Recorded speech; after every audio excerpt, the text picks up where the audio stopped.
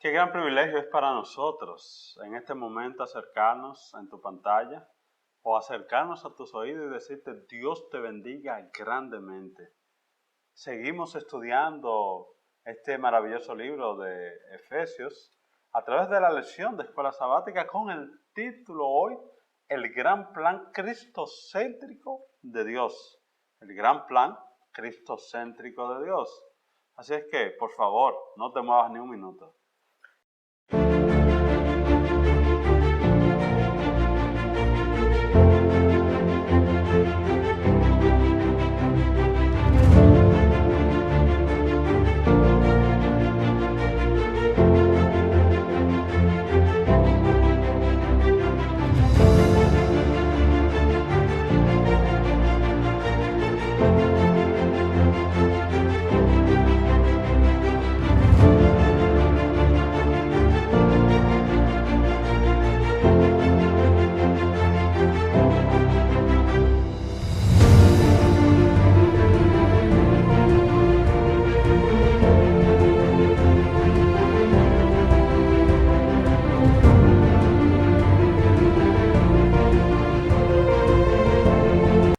Bendiciones, mis amigos, mis hermanos. Es un privilegio para nosotros estar con ustedes en este sábado especial de Dios, compartiendo la palabra de Dios a través del estudio de la Escuela Sabática, algo que lo dejó el Señor para esta iglesia, para que podamos debatir y compartir estos temas tan importantes que la iglesia necesita y nutrirnos como cuerpo para compartir un mensaje con poder, con eficiencia y que pueda cumplir con la misión que el Señor nos encomendó. Así que te invitamos a que comparta, te suscriba, ore por nosotros y qué más que es un privilegio para nosotros estar con ustedes cada lección. Así es, así es. Vamos a orar antes de entrar a nuestra lección, no sin antes decir que el folleto de Escuela Sabática es una guía de estudio. Exacto. O sea, te dice el parámetro por el cual tú vas a dirigir el tema, pero no necesariamente es que tienes que adherirte de manera estricta, simple y llanamente a lo que estás ahí, Exacto. a lo que está ahí, sino que tienes que profundizar, desarrollar, discrepar a veces de la misma lección, dependiendo del criterio espiritual y bíblico que estés estudiando. Así es que, bajo esta premisa, oramos. Gracias, Padre, por tu benevolencia, amor y misericordia. Gracias por lo extraordinariamente bueno que eres con nosotros. Pedimos una bendición tan especial por todas las personas que nos escuchan en este momento. Tú sabes la situación por la que está pasando cada persona que nos escucha. Problemas familiares, situaciones económicas, situaciones de préstamo, situaciones con sus hijos, situaciones con sus padres, situaciones de enfermedad. Muchas personas nos llaman diciendo que tal enfermedad, que están aquejados de salud. Ponemos cada uno de esos casos en tus manos para que tú, a través de tu gran misericordia, puedas darle solución a cada uno conforme lo indique tu providencia. En este momento también pedimos por el estudio de estas lecciones que puedan ser de ayuda y fortalecimiento espiritual para todo el que nos escuche, en el nombre de Jesús. Amén. Amén. Amén. El gran plan cristocéntrico de Dios. Leemos el verso para memorizar. Alabado sea el Dios y Padre de nuestro Señor Jesucristo, que en Cristo nos bendijo con toda bendición espiritual en los cielos. Ese versículo deja claro que no hay reservas de parte del cielo en beneficiar a nosotros como hijos. O sea que todo el cielo está disponible para que nosotros podamos ser bendecidos en todas las esferas de la vida, porque aunque menciona la parte espiritual, pero porque la parte espiritual es lo primero que va a primar sobre todas las demás bendiciones que puedan llegar a nuestra vida, y qué alegría saber que contamos con todo el cielo disponible para nosotros en la persona de Cristo Jesús. Eso me acuerda la misma promesa y mandato, que es ambas cosas, un mandato y una promesa, un imperativo de Jesús de ir y predicar a todo el mundo. ¿Por qué? Porque dice el mismo Jesús, tienen toda la autoridad en el cielo y en la tierra. Hay iglesias que han confundido esto. Ajá, ¿cómo así? Sí, entiende que tienen autoridad sobre el cielo y sobre la tierra. Para ellos en el cielo hacer lo que le plazca y en la tierra hacer lo que le plazca. O sea, porque Cristo le dio la autoridad, entonces ellos entienden que tienen la potestad. Ellos tienen la potestad sobre. No es que tienen la autoridad dada por el cielo. Exacto, sino sobre el cielo. Entonces esto se confunde al decir, no, por eso se crea la doctrina de que cuando mueres vas al cielo directamente o vas al infierno, porque para poder sustentar de que yo tengo la autoridad sobre el cielo, sobre el infierno, y puedo sacar y entrar a quien me plazca del cielo o del infierno, es porque ya tengo esa autoridad sobre. Cuando el texto lo que está diciendo es que tenemos la autoridad para. O sea, Dios nos ha dado autoridad. Esa autoridad que viene del cielo. Y esa autoridad ahora que a través de la muerte de Jesús, total y completa, pertenece a Él de la autoridad sobre la tierra, porque la autoridad sobre esta tierra no la tienen los presidentes y reyes de este mundo, sino que la autoridad sobre esta tierra, pese a lo que nosotros veamos, la tiene el cielo. Y esa autoridad nos la ha dado el Señor para la predicación del Evangelio y para ayudar a otras personas. No para tener autoridad sobre las personas, sino para ayudar a las personas. Así es. Que es donde también muchos nos confundimos y entendemos que lo que el Señor nos ha dado es para mirar sobre las personas y para tener poder sobre las personas. Cuando esto es para, como el mismo Jesús ya lo había dicho, es que, o sea, yo he venido a servir. No a ser servido. Los discípulos de Jesús, los pastores de Jesús, los siervos de Jesús no han venido para que sus iglesias les sirvan a ellos o para que el mundo les sirva a ellos, sino para ellos gastarse por el mundo. Así es. Bueno, hablando un poquito de la lección del sábado sobre el agradecimiento, ahí habla de la primera persona que supuestamente fue la luna. Decimos supuestamente porque todavía eso, lo de Neil Armstrong no está 100% certificado.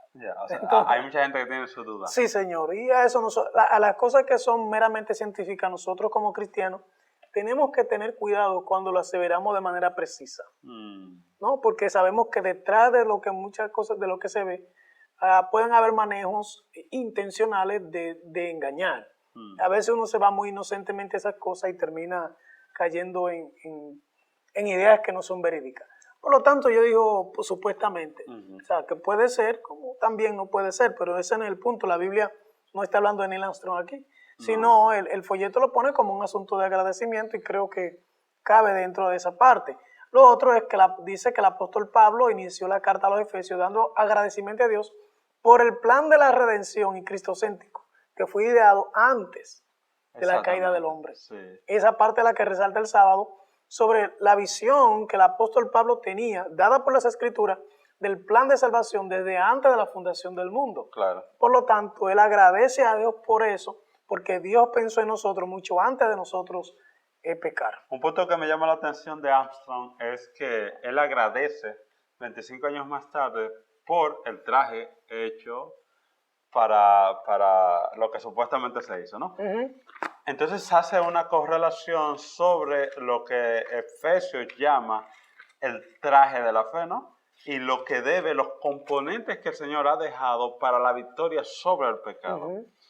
Es interesante ver que Dios ha dejado herramientas para vencer el pecado, para continuar nuestra lucha contra el pecado. Herramientas que no serían válidas si no se pudiese, si fuese imposible vencer el pecado, no habría la razón para dejar dichas herramientas. ¿Cómo? El hecho de dejar esas herramientas tiene un objetivo. Un objetivo. Vencer el pecado. Obvio. Y si no hay nada que me permita vencer el pecado, quiere decir que esas herramientas son inútiles. Inútiles. Porque no tienen razón de ser. La razón de ser de esas herramientas, de ese traje, igual que Armstrong, si él hubiese dicho, no, pero este traje no me sirve para nada, déjame yo. Ok, exacto. Mueres. Mueres en el camino. ¿Por qué? Porque se supone que el traje cumplió su función y por eso el individuo está vivo. Exacto. Porque el traje cumplió su función. Ahora bien, si las funciones que nos ha dejado el libro de Efesios para vencer el pecado no sirven para vencer el pecado, porque es imposible vencer el pecado. No tienen razón de ser. Sí. Muy bien, entonces, lección del domingo, elegidos y aceptados en Cristo. Hay que tener cuidado con este término, porque Jesús dijo, muchos son los llamados, pocos los escogidos. Y es importante que no todo el que está en la iglesia es elegido y aceptado por el Señor. Son llamados, pero no elegidos y aceptados. ¿Por qué? Porque cuando nosotros hablamos de aceptado es que se le pone un sello de aprobación a lo que tú estás haciendo y a quien tú eres. Por lo tanto, hay que tener cuidado con ese término porque son términos muy populares que se utilizan muchas veces simplemente para darle como un aliciente a aquel que emocionalmente ha aceptado a Cristo. No de manera consciente, lo que significa un compromiso a vivir la vida cristiana. Sí. ¿No? Y por eso nosotros vemos iglesias inmensas, llenas de personas, pero poco del Espíritu de Dios. Porque solamente se recibe el Espíritu de Dios cuando uno hace un compromiso con Dios, entonces uno es elegido y aceptado. ¿Y por qué en Cristo? Porque en nosotros no hay méritos. En nosotros no hay méritos. O sea, nosotros no tenemos ni podemos hacer nada para ser aceptados delante del Padre. Imposible. Por eso el apóstol Pablo dijo que no hay nombre dado en la tierra en el cual los hombres puedan ser salvos. O sea, solo Jesucristo. Sí. Solo Jesucristo. Esto me acuerda mucho a la jerga cristiana. Cada quien tiene su manera de hablar, ¿no? Tú ves que hay muchachos en los barrios que tienen sus signos de comunicación que son bastante interesantes, pero los cristianos también tienen lo de ellos. Ciertas expresiones. Sí, elegido de Jehová. Bendecido. ¿De qué me dice ese varón bendecido de Jehová? O sea, tienen sus expresiones. Pero esa palabra, como bien has dicho, elegidos, me llama la atención que esto tiene un componente personal. Claro. O sea, el ser elegido está en las manos de cada quien. Muchos son los llamados, como bien lo ha dicho. Pero el siguiente paso para ser elegido, yo decido si lo doy o me quedo en el primer paso, que es el ser llamado. Fui llamado a aceptar el cristianismo, pero hay que proseguir a la meta. Hay que continuar en el crecimiento cristiano. Ahora, decido yo seguir el paso, o sea, para que el Señor me elija, para que el Señor me selle, como bien has dicho, para que el Señor me selle. ¿Y a través de qué me va a sellar? El versículo 4 de lo que la lección sugiere, mira lo que dice, según nos escogió en él antes de la fundación del mundo, pero ahí dice, inmediatamente, ¿para qué dice? Para que fuésemos santos y sin mancha delante de él en amor. ¿Para qué el que nos escoge y nos llama? Para la santidad, en el amor. Para que fuésemos santos y sin mancha delante de él. O sea, ¿a qué se refiere este llamado? A vivir una vida de santidad. Así es. A vivir una vida de pureza. O sea, entonces cuando tú entres en esa dinámica, entonces Dios te escoge para cumplir un propósito especial. Y debemos resaltar aquí que que desde la fundación del mundo hemos sido predestinados, pero esta predestinación... Es el versículo 5. Exacto. Esta predestinación necesitamos tener mucho cuidado con ella, porque no estamos hablando de una predestinación budista, que es que tú estás predestinado para salvarte. Claro, el Señor desde el principio nos predestinó a todos. Todo ser humano está predestinado para la salvación. Pero no significa eso que está salvo. No significa eso. O sea, lo que está predestinado es el plan de salvación. Exactamente. No la persona como tal. No la persona como tal, porque la persona como tal elige. Exacto. Ahora bien, Dios vio... Entonces ahí se descarta prácticamente la teoría de la salvación universal. Imposible, ¿verdad? Es imposible. La teoría de la salvación universal. Eso ha tocado a muchos hermanos, ¿sabes? Sí. Pero es porque el plan de Dios es capaz de salvarnos a todos. Entonces, porque hay cosas que a veces uno dice, vaya, es como a veces uno desconectarse de la realidad bíblica, Porque los que piensan en la salvación universal o en la predestinación, ¿dónde cabe el caso de Judas entonces? ¿El caso? De Judas. Oye, sí. Fue llamado, Jesús lo aceptó dentro del ministerio, pero se ahorcó. Exacto, porque hay varios parámetros que hay que poner dentro de la salvación. Y uno que es muy importante y que es muy debatido por filósofos cristianos es la libre elección. La libre elección o ese libre albedrío, como le llamamos nosotros, de elegir si salvarnos o perdernos. Y entonces, aunque somos predestinados para la salvación, Dios pone en cada ser humano la decisión de si realmente quiero la salvación o si realmente opto por la perdición. Y eso es tan bonito porque si todos fuésemos predestinados a la salvación, aún no queriendo salvarme, fuera una persona infeliz en el cielo, y en el cielo no puede haber infelicidad. Vamos a la lección de lunes porque realmente eso es muy profundo y no podremos ir quizás prácticamente toda la lección allí. Entonces la lección de lunes es redención costosa, perdón generoso. La palabra redención es una palabra que se toma regularmente el lenguaje del santuario. Claro. Estaba mezclado, o sea, había una idea de qué significa, y es que la lección nos da qué significa lección, que es apolutrosis, que originalmente indica la compra de la libertad de un esclavo o pagar para librar a un cautivo. Ahí recordamos la manera en que se redimía a las viudas, ¿te acuerdas? Sí. Cuando no se le podía dar descendencia. Descendencia o la parte... O sea, ¿qué hacía el que iba a redimir?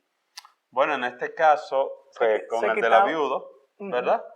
De esto, porque tenemos varios espacios aquí, una es ejemplo con la misma familia del esposo, ¿verdad? Del que murió. Ellos tenían que hacerse cargo de esto y había todo un proceso, ejemplo en el mismo caso, de que si había un hermano del difunto, el hermano más cercano al difunto, ¿verdad? Tenía que hacerse cargo de la viuda. E incluso cuando esta viuda, ya con el hermano, tuviera un hijo, entonces darle una porción de su herencia pues a los hijos de esta viuda y a la viuda. Había todo un cuidado y de hecho lo vemos en el caso de Noemí. Sí. Lo vemos en el caso de Noemí cuando Bob ve la situación y todo eso y Ruth está empezando a recoger alguna del trigo y esto. Bob le dice, mira, no te vayas a otro campo. Bob tenía algo interesante y es que él sabía que tenía una responsabilidad de redimir a Noemí, claro, redimir a Ruth, pero a través, él lo que quería era redimir a Noemí. Que era la parte era la parte que a él le correspondía, a través, lógicamente, tenía que hacerlo de Ruth. Pero ¿qué era? Era salvar a esa pobre víctima. Esa era la idea, salvar a esa pobre víctima. ¿Y qué él tenía que hacer? Había un simbolismo muy interesante. Y utilizo estoy tratando de traer este ejemplo para que podamos entender lo que significa redimir de manera práctica. Porque siempre filosofamos demasiado en esto del cristianismo, pero no damos el paso de la acción. En Israel, en la antigua vida de los israelitas, todo lo que el Señor prescribía se manifestaba a través de un hecho. No era religión como la nuestra regularmente, mucha filosofía, mucha letra, muchas cosas bonitas. No, el creyente tenía que hacer algo para demostrar que esa palabra tenía una eficiencia. Por eso en Israel no se entendía, la filosofía no existía. No. A la vía práctica. Era lo práctico. O sea, vaya, haga esto. Entonces, ¿y qué significa eso? Usted está redimiendo. Entonces, cuando él la vio, o el simbolismo era quitarse ¿qué? El zapato y que ella se lo colocara. ¿Qué significa quitarse el zapato? Nosotros usamos un dicho muy popular que dice que para tú entender al otro, tienes que ponerte ¿a dónde? En los zapatos. En sus zapatos. O sea, estar en su experiencia, vivir como él vivió, padecer como él está padeciendo, experimentar lo que él experimenta. Y exactamente eso fue lo que hizo Cristo. Cuando la profecía de Génesis, capítulo 3, versículo 15, dice que la serpiente, ¿dónde va a morder a Cristo? En el talón. En el talón es el pie. Si tú te quitas el zapato, ¿qué queda descubierto? El pie completo. Entonces Cristo se quitó su zapato real para que nosotros lo pudiéramos tener, como tú decías. La persona que se redimía era rescatada, era salvada. Entonces, ¿pero cuál es el simbolismo? Yo, el Redentor, me quito mis zapatos y te lo pongo a ti. Entonces yo me quedo descalzo y tú entonces quedas como protegido, salvado. Entonces, la lección del lunes exactamente nos da esta idea de que Cristo se desnudó, se despojó para que yo fuera protegido. Sin embargo, hay algo que yo necesito hacer. A ver. Noemí, el mismo caso. Yo necesito decidir si quedarme en Moab. Exacto. O pertenecer al pueblo. O volver para el pueblo. Porque en Moab ella seguía siendo viuda, pero iba a morir sin redención. O sea, iba a morir sin parte y sin descendencia. Exacto. Sin prole. Exacto. Volviendo a Israel, volviendo al pueblo, era donde estaba la redención. Es como dice. Y esta redención es tan maravillosa porque costó demasiado. O sea, el cielo murió en la cruz del Calvario. Y sigue el proceso a través del santuario. Pero el perdón es tan generoso, con razón es que vamos a decir los redimidos en aquel momento. Y que el Señor mismo lo dice, bien hecho siervo fiel, entre poco, muy poco, ha sido fiel. Entre mucho, ese perdón es tan generoso. Por eso es que siempre decimos, cuando tú entras a la presencia del Señor, todas tus preguntas son subsanadas, todas tus preguntas son contestadas. Porque cuando tú entras a la presencia del Señor, todas ellas tienen sentido. Y dices, wow, pero es tan poco lo que me ha pasado en esta tierra, a pesar del dolor, de las pruebas, de las dificultades, de las enfermedades, de lo que está pasando con mi hijo, de lo que está pasando con mi familia. Cuando yo decido ser fiel a pesar de todo eso y entonces pueda tener la oportunidad, el gran privilegio de entrar al cielo, voy a decir, nada de lo que pasé es nada, valga la redundancia, es nada comparado con esto que es el cielo, ¿no? Muy bien, lección del martes, el gran plan cristocéntrico de Dios. O sea, aquí la lección del martes nos está hablando es que todo este plan giraba en torno ¿a quién? A Cristo. Eso vamos a leer versículos 9 y 10, que son los recomendados para este día. Dice, dándonos a conocer el misterio de su voluntad, según su beneplácito, el cual se había propuesto en sí mismo, que en la dispensación del cumplimiento de los tiempos, había de reunir todas las cosas en Cristo, así las que están en los cielos como los que están ¿dónde? En la tierra, aún en él. Aquí no está hablando del tiempo del fin, aquí está hablando de la consumación de todo. O sea, cuando la terminación del pecado de manera específica, porque a Cristo no se le va a dar esta tierra contaminada. No. Ni la va a aceptar tampoco. No. O sea, la consumación es que cuando todo esto sea restaurado, a Cristo se le va a entregar el dominio de todas estas cosas, y tanto lo que hay en el cielo como en la tierra. O sea, el libro Apocalipsis así lo hace ver. Por lo tanto, en la medida que el tiempo va avanzando, este plan de redención está centrado en Cristo Jesús, no sin dejar de mencionar la función del Padre, la del Espíritu Santo, porque ellos no tienen problema con que Cristo sea exaltado, ni que se le entregue el dominio, nada, jamás. Ellos no tienen problema con lugares, ni función, ni posición. Ellos saben lo que están. Entonces, realmente el plan que el cielo tiene para nosotros, llegado el tiempo, es que también participemos de esto. Y en la lección del lunes, de algún modo, está tratando de darnos ese énfasis con respecto a nosotros avanzar en ese plan para que podamos ser parte de cuando se consume el tiempo, ser parte de los redimidos. Así es. Es bueno resaltar que el que esté centrado en Cristo no le quita fuerza a lo que Él enseñó, sino que se la da. Muchas personas dicen, esto no es doctrina, esto es Cristo. Exacto. Pero es que Cristo es el que da la doctrina. Entonces cuando digo, por poner un ejemplo, muchos dicen, nuestro mensaje tiene que ser cristocéntrico. ¿Sabes que pensaba en eso el otro día? Sí, pero ese cristocéntrico no está eximiendo a la verdad, es todo lo contrario. Cuando digo de un plan cristocéntrico es que le doy valor, fuerza a la verdad. Es que tengo que abrazar mucho más la verdad porque es lo que Cristo hizo. De hecho, un texto que mencionaba en estos días con unos amigos era que Jesús vino a enseñarnos la ley, no a quitar la ley. Entonces, cuando estoy centrado en Cristo, cuando mi mensaje es cristocéntrico, es un mensaje totalmente bíblico, es un mensaje totalmente doctrinal, es un mensaje que no es ni siquiera liberar, porque Jesús no vino Jesús no vino a echar por tierra la ley, sino a enseñarnos a guardar la ley. Nosotros cuando a veces se escucha el término, que es un mal término, y no lo usamos de acuerdo a como lo plantea la palabra de Dios. Cuando la Biblia habla de un mensaje cristocéntrico, es centrado en lo que Cristo dijo. E hizo también. O sea, a veces utilizamos no, porque los mensajes tienen que ser cristocéntricos, es como que no sean ofensivos. Como que no tengan ese elemento que desafía al ser humano a la obediencia y a la entrega, sino que lo deja como, le pasó un pañito tibio por encima, que no impacta la vida, no lo desafía, no lo ofende. Entonces, hay que...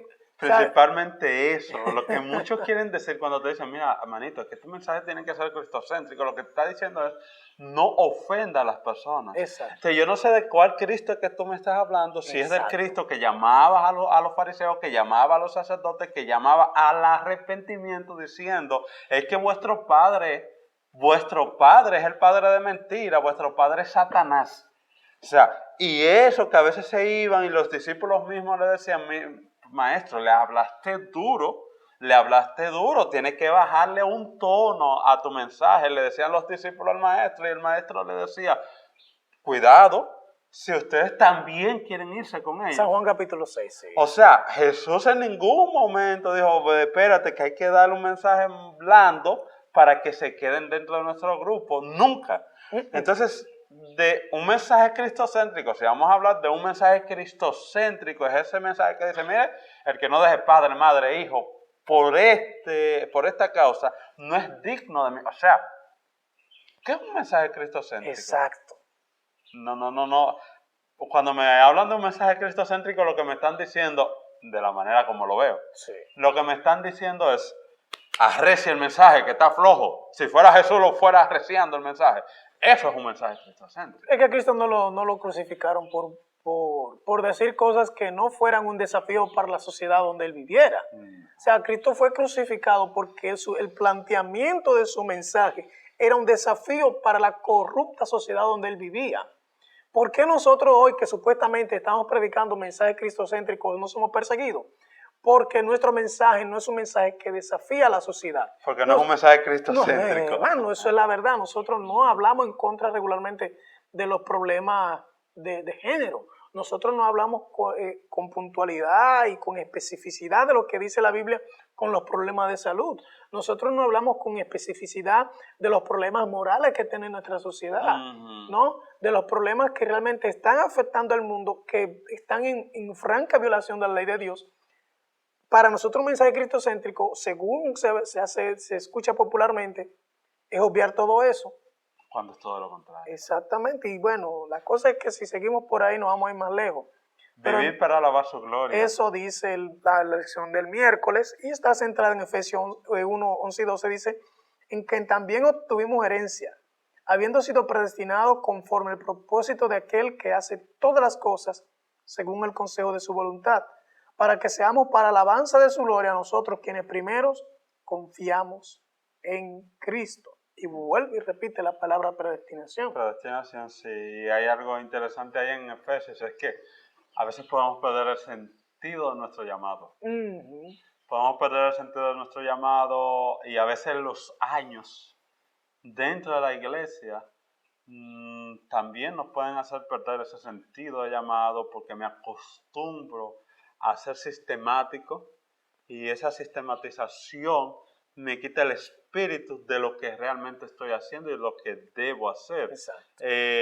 Los creyentes en Éfeso en mucha ocasión perdieron ese sentido de llamado y Pablo le vuelve a repetir y le vuelve a decir, recuerden el propósito con el cual fueron llamados. Exacto. Una de las cosas que yo creo que como adventistas necesitamos recordar hoy es el propósito con el cual hemos sido llamados. Ese propósito profético, ese propósito de levantar en alto una verdad que se había olvidado en los círculos religiosos y que hoy en día no es menos.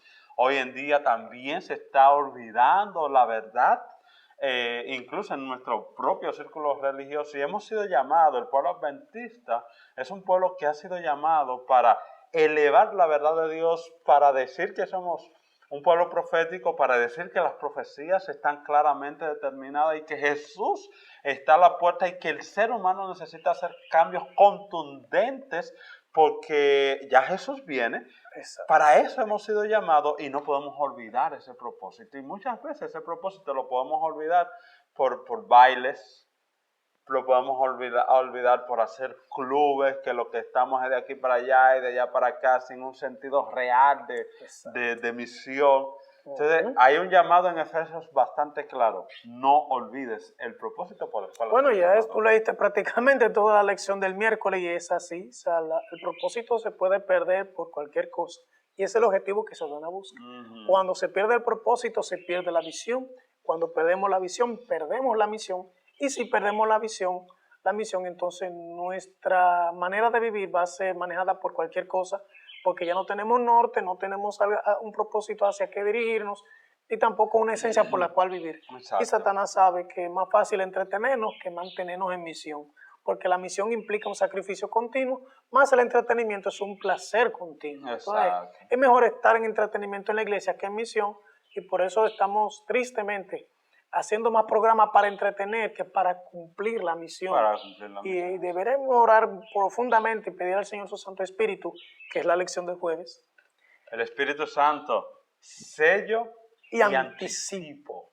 Me gustó esa palabra del anticipo y como como el folleto, ¿verdad? Trabaja a nivel de préstamo y esto y el anticipo como una garantía, ¿verdad? De lo que había de venir, de lo que habías de dar. Entonces ese anticipo, ese Espíritu Santo que se nos he dado, porque mira, sin el Espíritu Santo... No, esto no funciona. No funcionaría. No, esto no funciona. No funciona sin el Espíritu Santo. Eso lo dijo el Señor Jesús. Sí, el Señor lo dijo. El Señor, no se vayan a predicar, todavía no se me vayan. O sea, ustedes, mira, vamos a, mire ese texto, a mí siempre me ha llamado la atención en el análisis de mi vida espiritual y del cumplimiento de las labores que nosotros tenemos como ministerio. Lo siguiente, ¿tenían ellos experiencia con Jesús? Total. Conocimiento. Total. ¿Qué más sabían ellos? A ver. Ellos, aparte del conocimiento, y la experiencia, aparte de la experiencia, también habían tenido, que es parte de la misma experiencia, pero es cercanía con el maestro. Okay. O sea, un hombre, digámoslo así, un hombre que sea capaz de recostar su cabeza en el pecho del maestro, como hacía Juan con Jesús. O sea, que era algo más que simple cercanía y algo más que simple conocimiento. Era afecto extraordinario por el maestro, o sea, con Dios. O sea, que ellos estaban dotados de mucho. De todo. O sea, lo que podrían decir, bueno, nosotros tenemos 3 años con Jesús, vimos lo que hizo, entonces yo creo que ya estamos ready para este asunto. Sí. Estamos listos. Sin embargo, eso le digo, hey, no se me muevan hasta que no haya venido sobre ustedes el refrigerio del Espíritu Santo. ¿Qué implica eso? Que sin el Espíritu Santo la experiencia no funciona. Que sin el Espíritu Santo el conocimiento no es válido. Que sin el Espíritu Santo la elocuencia o la capacidad que yo tenga no va a hacer en el corazón del oyente el efecto que el cielo anda buscando, que es que sellarlo con el Espíritu. Exacto. Sellarlo con el Espíritu. Eso no lo puede hacer ningún predicador, eso no lo puede enseñar ninguna escuela, eso no lo da una universidad, eso no te lo da un título, que tristemente nosotros hemos caído en la desgracia de creer que son las herramientas humanas lo que necesitamos para el cumplimiento de la misión. Y lo que nosotros necesitamos para el cumplimiento de la misión, Jesús lo dejó claro en el libro de Hechos, el Espíritu Santo. Conozco a muchas personas que saben de Biblia. Personas que no son llamamos no cristiano al que no está dentro de una iglesia, ¿verdad? Personas que no son cristianas, con esto no estoy diciendo que no sean piadosas, que no sean amorosas y todo, pero personas que no son cristianas, que han leído la Biblia varias veces y tienen un conocimiento tan profundo de la Biblia, pero no lo han entendido. Tienen un conocimiento teórico de letra de la Biblia, pero no lo han entendido. Y cuando digo que no lo han entendido, me refiero al caso de que no la han gozado, que no la han encarnizado, que no la han... Mira, lo que pasa es que es el Espíritu Santo que solo lo hace. Entender la palabra solo lo hace el Espíritu Santo. No importa el método que tú uses para entenderlo. O sea, puedes usar métodos académicos muy buenos para entender la palabra. Incluso puedes irte al original, entender el griego, entender un poquito de hebreo y sumergirte en eso. Pero no la vas a entender porque existe Dios llamado Espíritu Santo, que es el único capaz. De hecho, fue quien reveló la palabra y es el único que puede agarrar mi mente e ilustrarme qué fue lo que él quiso decir. Exacto. ¿Qué fue lo que él dijo? Y es el único que me puede dar ese gozo de salvación al leer la palabra. Por eso es que muchas personas pueden leerla. Exacto. Pero solo el que tiene ese toque del Espíritu Santo, esa instrucción del Espíritu Santo, es que se siente gozoso y dice, pero espérate, y le encuentra nueva cada día. Así es, así que necesitamos el Espíritu Santo para que nuestra iglesia sea vitalizada, nuestra iglesia sea regenerada, sea reavivada. Entonces, el apóstol Pablo le dijo a los efesios, miren, ustedes fueron sellados con el Espíritu de la promesa, ¿no? Y por lo tanto, esa herencia que fue prometida es confirmada por la presencia del Espíritu Santo en la vida del creyente. Exacto. Por lo tanto, te invitamos, amigos, hermanos, perdón, a que nos aferremos a la promesa del Espíritu de Dios. Amén. O sea, creo que necesitamos como iglesia que este poder se revele en nosotros como individuos y por lo tanto puede impactar nuestra familia, nuestra iglesia, nuestra comunidad y podamos ser esos instrumentos que Dios necesita. Amén. La paz, el amor y la misericordia de Dios siempre esté contigo. Bendiciones. Amén.